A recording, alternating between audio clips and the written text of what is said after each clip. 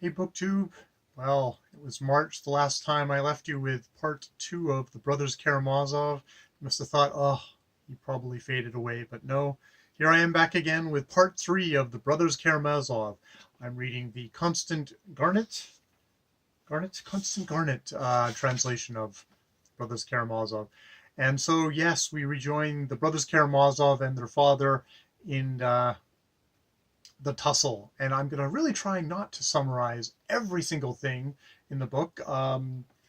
But yeah, you can refer back to the other ones of how there's basically this big brouhaha between the brothers and the father. They're kind of the Dmitri and the Fyodor, the father, are vying over Grusha, and while Alusha is very much he's just seen he's an acolyte at a monastery, and the elder Zosima has just died. His beloved, kind of his spiritual center, has died. At the same time, he's heard a very disturbing kind of tale from his atheistic brother Ivan. So now we join part three, where yes, we start off. There's three parts. There's Alusha, Mita, and then the preliminary investigation. We are going to be getting into spoilers here. Someone does not make it out of this section as well.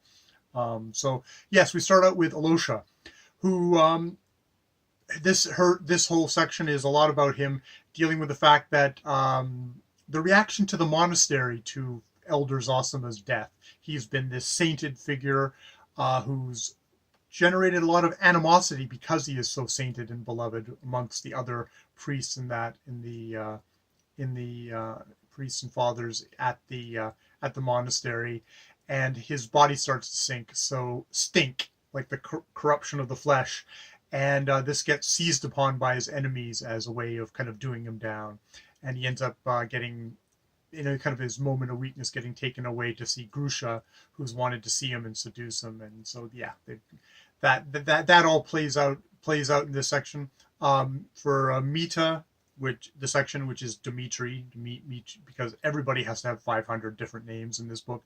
Dmitri, his eldest brother, Alusha's the eldest of the Karamazovs. In this section, he's desperate to get money so he can run away with Grusha, because he's super paranoid that the old man Fyodor is going to get her first, and so he's running around trying to get money. He tries to get it from Grusha's kind of a Grusha's protector slash ex kind of a lover, first one that she met when in town, and then that guy sends him off to a kind of wild goose chase. He comes back. There's this comic section of him trying to get the money out of Madame Holikov,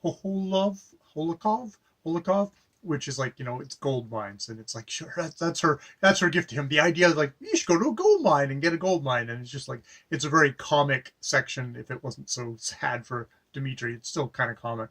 And then there is the moment where he's like, I'm gonna go to my father and get that money and get him, and he snatches up a petstol, like a mortar and pestle. He snatches up the pestle from Madame Holokov's thing, and goes over there, gets all the way to the old man's window. The old man hears something, leans out, and jump cut. Suddenly we've jumped. It's like the ultimate tease. This is like page 4. We're into like 400s. No one's died properly in this book or been murdered, and there's suddenly a jumped cut, and then the next thing we know, Dmitri is running off. Grigory, the old man's, the father's servant, rushes after him. Dmitri whacks him. It's like, oh shit, he's bleeding to death. Have I killed him? Doesn't really know. Thinks he has. Rushes off, and finds out that, oh, in the meantime, Grusha has actually, we learned about this in the last section, that Grusha's decided to leave town, because she's gotten the news that her the Polish soldier, who was the initial very first person who sort of has turned her into this almost like into this like Havisham kind of figure, who like kind of gets this glee in destroying men. That the initial guy who hurt and wounded her, thrown her off for another woman, and who he married, this Polish soldier. He's come back, and he wants to kind of hook up with her. And she's like, oh my God, I have to go see him. And it sort of all drops away, and she forgets about trying to seduce Alyosha. And she tells him, oh, well, I love Dmitri for an hour. Tell him that. And it's like, you're thinking, it's like, oh, that's just the last thing you want to hear. Dmitri, thinking he's killed Grigory, rushes over to Grusha's finds out she's left, finds out that, oh, I only loved her for an hour and she's gone to the Polish soldier, at which point he kind of goes into ruin and suicide. I think that's what he says. And it's basically, yeah, I'm going to kill myself, but there's going to be like, I want to see her one more time before dawn, and then I'm going to put a bullet in my brain. And so he rushes off, he rushes to her, and he finds her with the Pole at this inn actually, where he had spent a whole ton of money. He told everyone he had spent 3,000 rubles on a thing. So yes, he rushes there, he gets a thing, and she screams, and it's like, holy crap, he's there. But it turns out now that she's met the Pole after so many years, she's actually like, how did I ever love this guy? I actually love you, Dmitri. And Dmitri's like, oh, and he's deliriously happy. At which point the police come in, and it's like, oh. And it's funny because this section is like, it's super melodramatic, hyper intense. I've got all these kind of these words that seem to kind of pop up in this section all the time. It's hysterically, rapturously, frantically, feverishly, ecstatic. It's like, all these words of just like, oh, we're so passionate. It's like, we're so Russian. And it's like, you kind of get all that. You can see why that's a lot of bad life choices were made in this section of the thing. The next section is the preliminary investigation. And indeed, we seem to get suddenly kind of very much, it's like we hit CSI, crime scene investigation time. And it's the police take him into custody. And yeah, Grigory made it out fine, but, spoilers here really, but Fyodor is dead. Someone's killed him, and all signs point to he must have jumped up into the old man's room, bashed him over the head, and taken $3,000, because there turns out in the course of their investigation, as they're slowly picking apart his story, and they seem to be very focusing on, how did you have the money for all this? Like, you were been penniless for so long, and now you suddenly have the money again. And yes, he does come up with he comes up with his explanation, but nobody believes him. None of the investigators believe him for sure. And yes, they go through all this. They go through all the investigation. They grill him. They kind of break down his story. It's really not looking good for him. Dmitri is very much this impassioned fellow who's like, oh, I'll tell you everything. I don't care if I'm incriminating myself. And the police are like, sure, go ahead, do that. Go ahead. That's great, Dmitri. Yeah, it may not be good for your case, but it's best to tell the truth, isn't it? And so yes, and he tells him, and of course he loses his anger, and at points he'll be like, well, it's because I killed him, of course. That's what you want me to say, isn't it? And it's like, yeah, we'll just note that down. And you can see he's just tightening the noose around his neck with each thing. He at the very beginning, he's like, well, I'm a gentleman, and of course I've got my word of honor, so you're of course going to believe me and let me go. And suddenly as it goes along, he realizes, oh no, I'm not a gentleman anymore. I'm a criminal, and they're viewing me as a criminal, and all my actions are viewing it through this as a liar, as a murderer, as a thief. That's how I'm being viewed as, and that really gets him down. And so it's interesting taking a look at this section of the brothers Karamazov and going from that to the last section, because in the last section it was very much father figures squaring off. That was Father Zosima, and got a lot of about Father Zosima, Elder Zosima, and about Fyodor Karamazov, and kind of the contrasting of these two fathers and them squaring off. And of course, by the end, we've got them both. Now both fathers are dead. We're in a world where the father figures are both dead, but the shadows are still kind of looming over the things. In the last section, we had this whole thing about the tale of the Grand Inquisitor, of this Inquisitor, and him coming across what looks to be this silent figure who seems to be like it's Christ come back. And the thing is, the Inquisitor's like, yeah, with the kind of the grinding hypocrisy and just this machinery that we've built up of the church, of the Roman Catholic Church. The last thing we need is actual Jesus Christ to show up. We have to, and we're gonna, it's like we don't want this. You can tell there's that conflict, and that very much contrast. That's very interesting. I put that with the inquisition that happens in this section of the two prosecutors slowly talking to Dmitri and slowly picking apart his story, and him feeling like he's this man of honor, and them not taking that as a man of honor. We're going to pick apart your story and all your inconsistencies, and where's this money from? And of course, he's the author of his own thing, because he said, I guess he got this $3,000 from his fiance, the respectable Katrina Ivanova, but he took it and he spent it all on Grusha, and he claimed loudly that he had spent it all on her. But of course, it turns out, at least according to him, we don't have actual proof that he sewed up half of it into his thing, and that's indeed what money he's finally pulled off when he thought, okay, I'm going to blow my brains out tomorrow. That's the money he's used to splurge again. But nobody believes him, and maybe they shouldn't believe him. This is like one of these. It's a likely story, but it's interesting because so he gets almost presented as sort of this Christ-like